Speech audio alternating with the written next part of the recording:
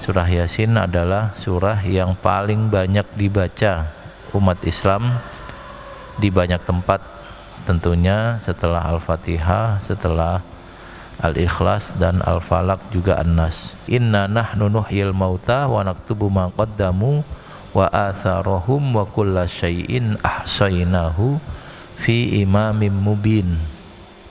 Kata Allah, orang yang mati kami akan hidupkan lagi. Jadi kematian dalam perspektif kita orang yang beriman itu bukan akhir, tetapi fase menuju fase selanjutnya.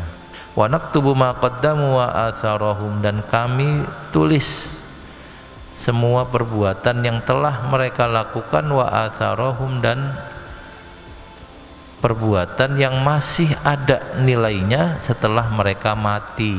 Nah, jadi semua amal yang kita kerjakan sekarang itu namanya ma qaddamu, amal yang telah kita lakukan di dunia. Atharahum adalah amal yang masih berjalan saat kita sudah meninggal dunia. Ini ada banyak, Pak. Keluarga itu athar. Kita punya anak, punya keturunan, itu athar kita. Dari mereka nama kita masih hidup. Anak kita sholat, mereka akan mendoakan kita. Maka kita yang di alam kubur sudah tidak bisa berdoa, masih mendapatkan rahmat, masih mendapatkan keampunan, bukan dari istighfar kita, tetapi istighfar anak kita. Misalnya seperti itu. Manusia itu memiliki keterbatasan umur. Kalau Nabi bilang usia kita itu ma baina sittin wa sab'in, usia kita di antara 60 sampai 70. Itu rata-rata kita 63 sampai 67, Pak. Kalau ada yang lebih usianya, seharusnya memiliki keimanan yang lebih tebal. Nah, ada satu cara di mana kita bisa mendapat royalti pahala, mendapat atharohum, tetapi tidak butuh modal, Pak. Apa itu? Mengajak orang melakukan kebaikan. Itu nggak butuh modal, Pak. Dalam sebuah hadis dinyatakan ad-dalu 'alal khairi kafa'ilihi. Orang yang mengajak kepada kebaikan, dia dapat pahala sebesar orang yang mau ikut ajakannya. Nah, di sini ayat lanjutnya, ayat 13, wadrib lahum mathalan ashabal qaryah idh ja'ahal mursalun. Berikanlah perumpamaan berupa penduduk kampung ketika mereka didatangi oleh para rasul. Nah, sini menggunakan mursalun, Pak, jamak, karena proses untuk mengajak orang menjadi baik itu lebih mudah kalau dilakukan secara bersama-sama, secara sinergi. Nah, id arsalna ilaihi mutsnaini fakadzabuhuma. Kami utus dua orang rasul, tapi dua-duanya didustakan, ditolak. Fa'azzazna bisalisin, kami tambah satu jadi 3. Faqalu inna ilaikum mursalun. Yang dilakukan pertama adalah memperkenalkan diri. Kami para rasul, kami punya tugas, kami punya kewenangan untuk mengajarkan agama dan mengajak Anda berbuat baik. Lagi-lagi mursalun jamak. Qalu ma antum illa basyarum misluna. Loh, ini selalu omongan yang pertama tuh begitu. Ente kan sama aja sama saya, begitu kira-kira. Bapak mengajak orang selalu begitu. Nah, di sini bilang qalu, orang-orang kampungnya berkata, orang yang kita ajak baik itu berkata, ma antum illa basyarum misluna. Kamu tuh sama kayak saya. Sok-sokan ngajarin orang. Wa ma anzalar rahman min syai'in antum illa takdzibun.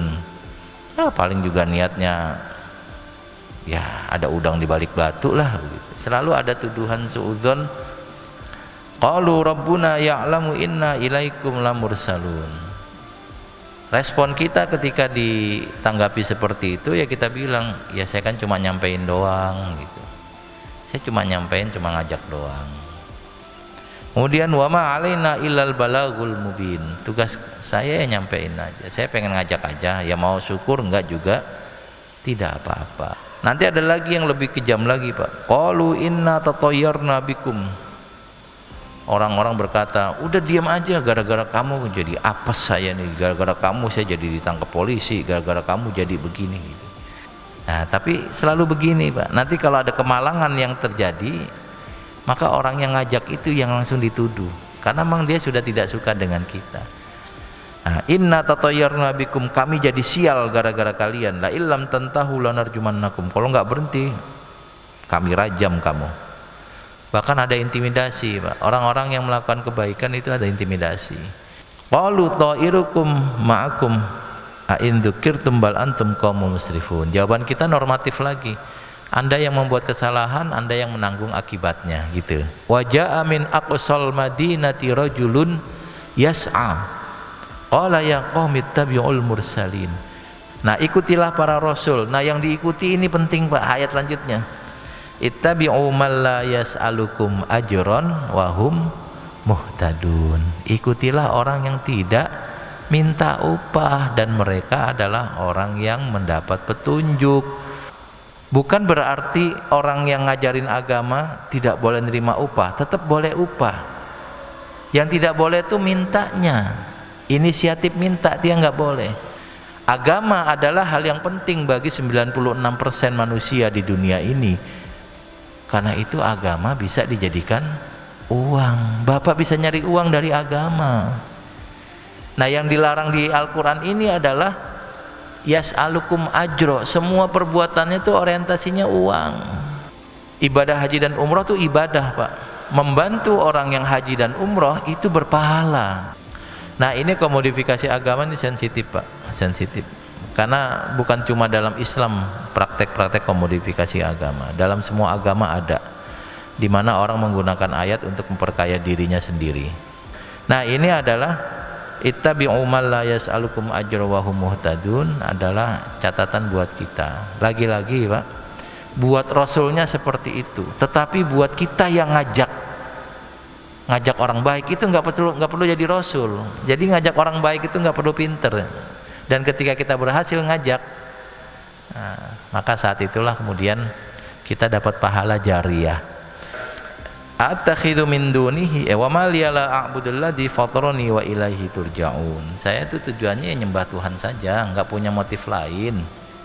Kemudian attakhidhu min dunihi alihatan yuridnir rahmanu bidurril la tughni anni syafa'atuhum syai'a wa la yunqidun.